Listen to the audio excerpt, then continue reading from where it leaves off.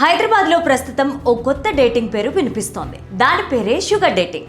Dating అనగానే ఇన్నాళ్ళు యువకులు మాత్రమే చేస్తారు అనుకున్నాం. కానీ ఈ షుగర్ డేటింగ్ చేసే వాళ్ళలో అంతా డాడీలు మమ్మీలే ఉంటున్నారట. అవసరాలకు అడ్డదారులు తొక్కడానికి అలవాటు పడ్డ నేటి యువత ఈ షుగర్ డేటింగ్లకు బలమవుతున్నారు. అసలు ఈ షుగర్ డేటింగ్ అంటే ఏంటి? హైదరాబాద్లో ఎంతమంది ఈ డేటింగ్ చేస్తున్నారు? మరి యువకులు ఈ షుగర్ డేటింగ్కు ఎందుకు ఆకర్షితులవుతున్నారు? ఇప్పుడు చూద్దాం.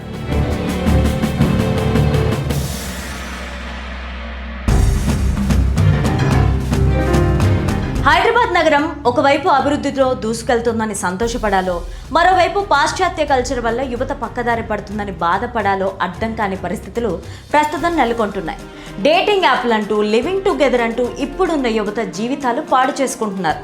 ఇక ఇవి చాలవన్నట్టుగా కొత్తగా మరో కొత్త డేటింగ్ హైదరాబాద్ నగరంలో ఉన్నట్టు వినిపిస్తోంది. ఇటీవలే షుగర్ డేటింగ్ సంస్కృతి నగరంలో చాలా పాపులర్ అయినట్టు వినిపిస్తున్న వార్తలు చర్చనీయాంశంగా మారాయి. 40 నుండి 50 సంవత్సరాల వయసు మధ్య గల వారు చేస్తున్న డేటింగ్ని ప్రస్తుతం షుగర్ డేటింగ్ అంటున్నారట. 2026 ఫిబ్రవరి నెల వరకు ఈ షుగర్ డేటింగ్ వినియోగిస్తున్న వాళ్ళలో 11,000 మందికి పైగా షుగర్ డాడీలు, 1,200 మందికి పైగా షుగర్ బేబీలు హైదరాబాద్లో ఉన్నట్లు అంచనా వేస్తున్నారు.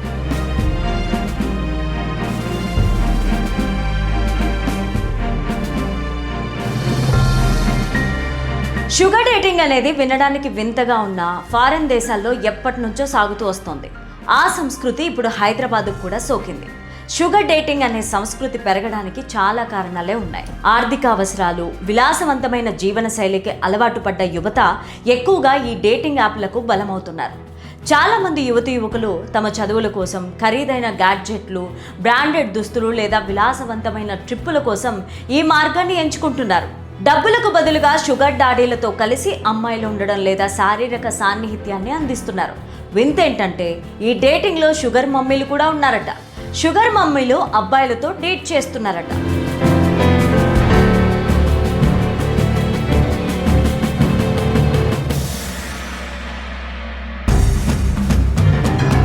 ఈ షుగర్ డేటింగ్ ఎక్కువగా వ్యాపార రంగంలో, కార్పొరేట్ కంపెనీలలో, సాఫ్ట్వేర్ కంపెనీలలో జరుగుతోంది.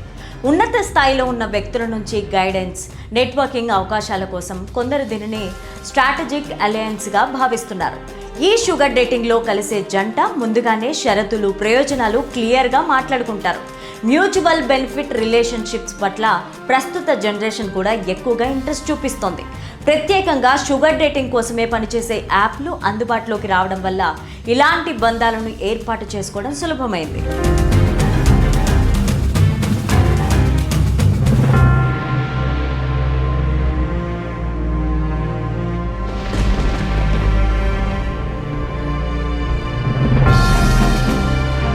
ఈ షుగర్ డేటింగ్ని ఎక్కువగా వినియోగిస్తున్న వారిలో ఒంటరిగా ఉన్న అంకుల్స్, ఆంటీలు ఉన్నారు. అంతేకాకుండా భార్యాభర్తల మధ్య సఖ్యత లేకపోవడం లేదా వ్యక్తిగత జీవితంలో ఒంటరితనం వల్ల కొందరు సంపన్న వృద్ధులు యువత సాంగత్యాన్ని కోరుకుంటున్నారు. ప్రస్తుతం ఈ వింత డేటింగ్ హైదరాబాద్లో బాగా పాపులర్ అయినట్టు ప్రచారం నడుస్తోంది.